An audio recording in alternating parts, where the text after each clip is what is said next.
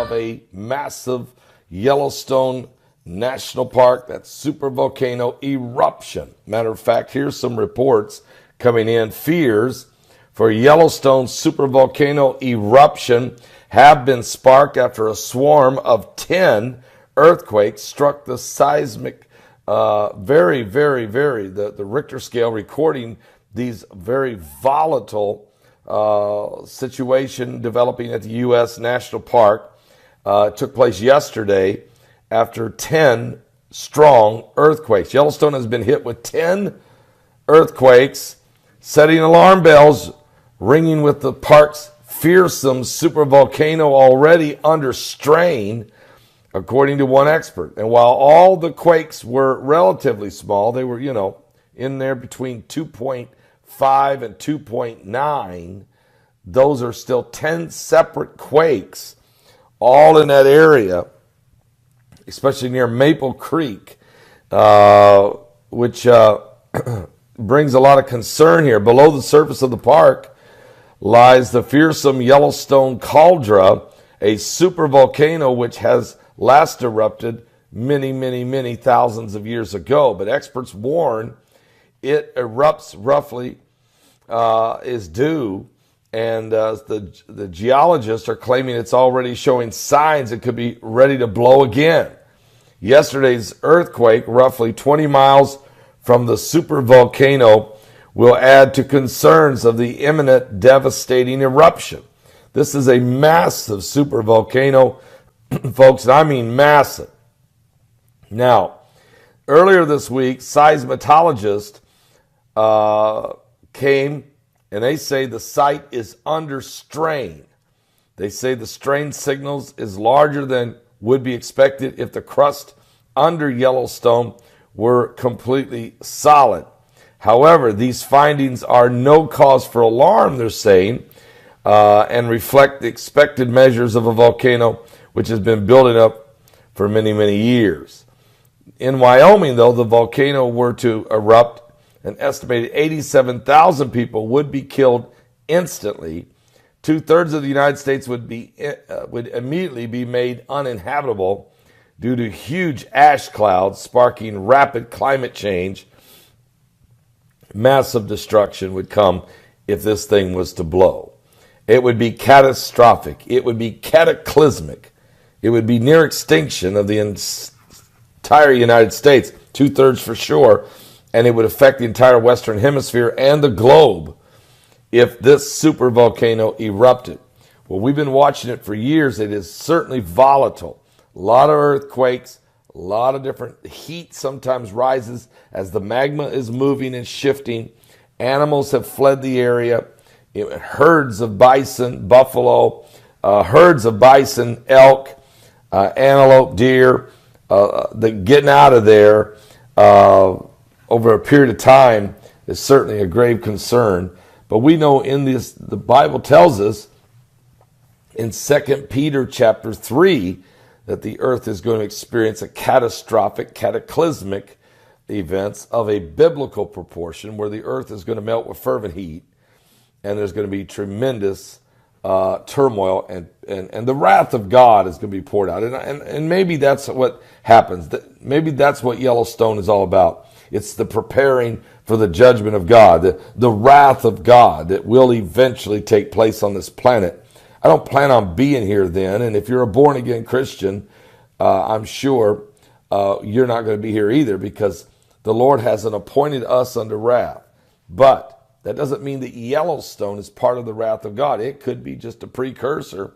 It could be a massive explosion, and that brings chaos to the world. But one thing's for sure, you want to give your life to Jesus Christ.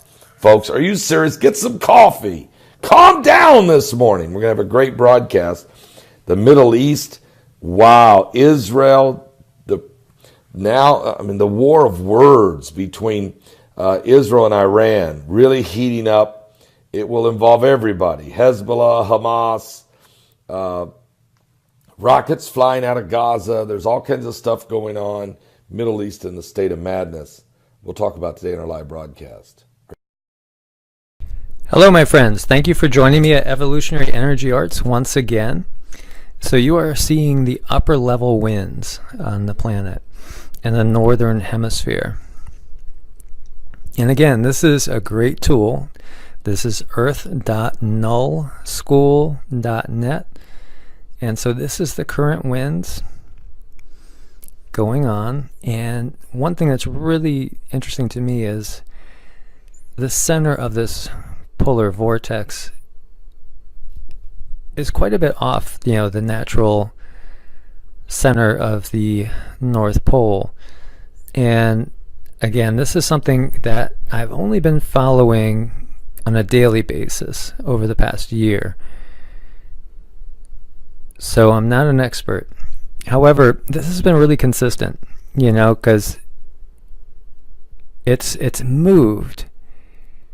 And the current wind pattern is one that it's been in the same position pretty much for a while now, at least a week I can remember, and it just seems to be solidifying itself.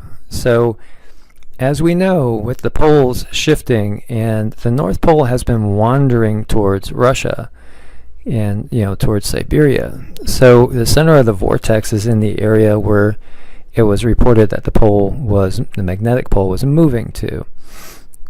When we flip it around and we look at the South Pole, it's just a little bit off center, which again, is something that we know. The South Pole is moving as well. It's wandering, but it's not wandering as fast as the North Pole. So the North Pole is wandering faster than the South Pole.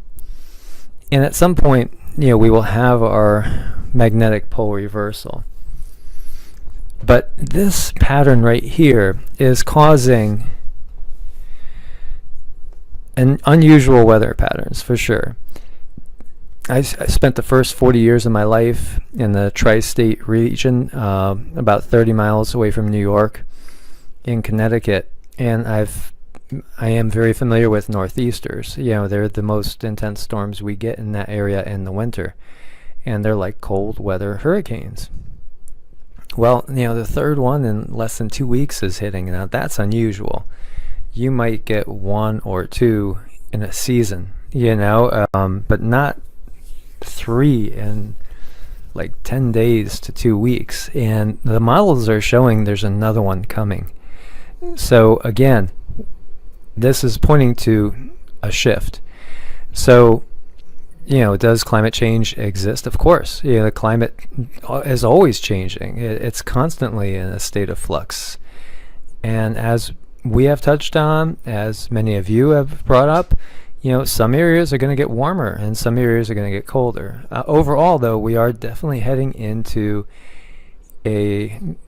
for sure, a GSM, or basically a grand solar minimum, and debatable as to whether we're heading into something more severe than that. But the fact is, the pole shift that is definitely underway. As you could see, the way the polar vortex is, with the pole shift underway, we really don't know what's going to be the final outcome, what the Earth is going to look like when it's all done. And so the southern pole has wandered less, than the northern pole, but they are both wandering. And the weather has been incredibly unusual. So everybody down here in Florida is talking about the weather, because now we were hitting 90 in February. Now we're just staying in the 60s for a high temp, which is unusual for here. And we're waking up to the 40s, which is really unusual for here. And of course, we can't complain about that when we're not getting, our third northeaster in less than 2 weeks like they are up in the northeast. So really, can't complain. Can't complain about those temperatures at all. But what's interesting is the patterns that are coming in, because we could see, the northeaster right off the coast right now, hammering Massachusetts, hammering Rhode Island. You're getting a lot of snow that way, and there's another right behind it that's building. And so the normal weather patterns, they're not, they don't exist anymore.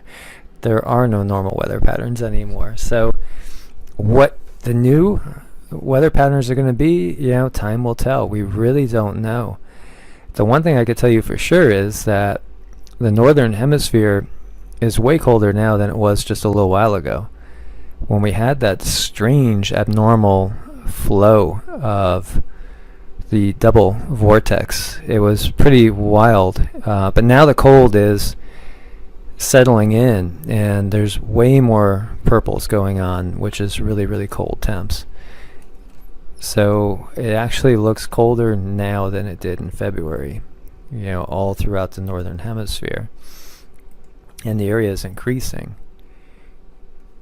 We could see that the cold extends, all the way down, into the mountains of the Virginias and even farther down. It's definitely very cool. And the same thing for Europe and UK. Brace yourself. You're going to get another round of snow. Albania is going to get hit with tremendous snow. Central Europe. The winter is nowhere near over, even though spring is technically coming in about a week, right? It's going to be much farther off, which automatically got me thinking about the year without a summer. And there are so many things contributing to this, and it's just one thing on top of the other. There are a lot of swarms going on around Yellowstone, and so that is an uptick when we look at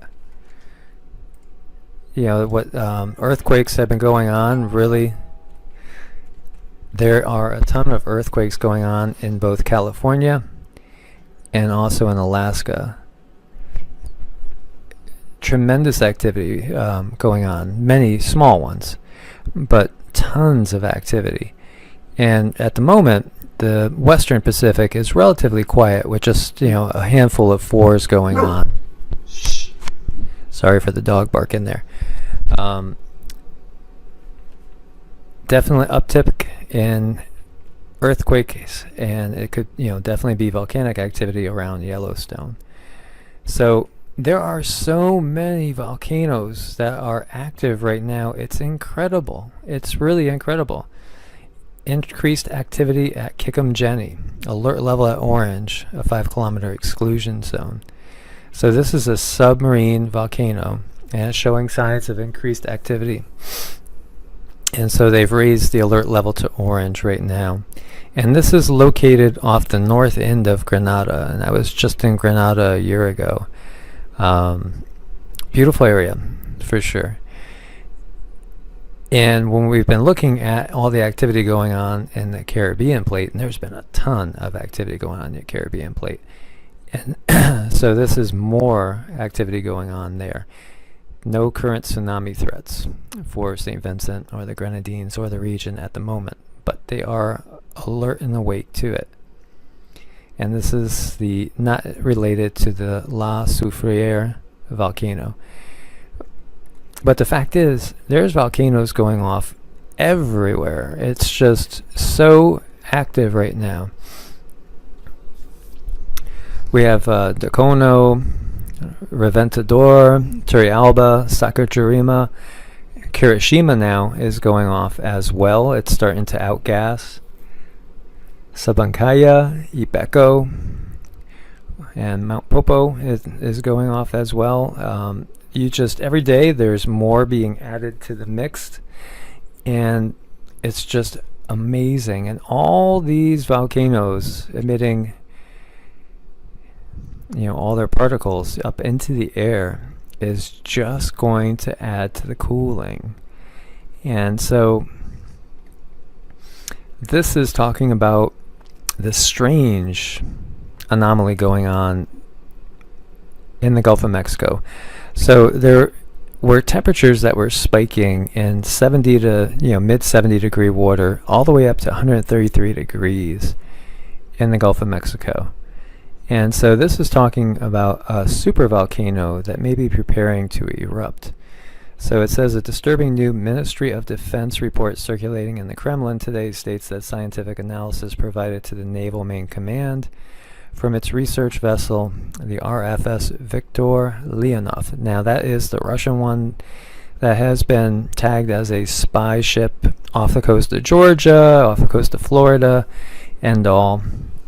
That's been monitoring the U.S., but they say it was also used to monitor the bizarre and mysterious high temperature readings emanating from the Gulf of Mexico. And they say it might indeed be linked to a deep underwater supervolcano that may be preparing to erupt, but at the very least has violently altered normal global weather patterns. And we know, the Gulf Stream is so important. And without the Gulf Stream, UK and, Sweden, Norway, they would be pretty much almost uninhabitable. It would be so cold up in that area. As well as it'll cool off also the northern part of the United States as well, in Canada on the eastern side. And this could be affecting some of the global weather patterns as well. And it's definitely something to keep an eye on. So, a spike in one local area going up to 133 degrees, well, that definitely says it's volcanic in origin. I couldn't think of anything else that it really could be. Maybe you guys could come up with some things. But definitely is talking volcanoes to me. And with all the volcanoes going off, it's just incredible. So the GFS is showing that, as we were saying, we're in northeaster number 3 right now in just a brief time period. And probably about 1 week from now, we'll be talking about northeaster number 4. And the UK is going to get hammered again, too. So out of CNN, keep the snow shovel. Another northeaster bomb cyclone expected. The month of March is intent on going out like a lion and not like a lamb. A third powerful northeaster in less than 2 weeks is expected to arrive late Monday into the northeast as thousands of people dig out from the other fierce storms this month and continue to wait for their power to be restored. So some people are without power now, and they're going to get hammered again. So this is like what we're talking about with being prepared.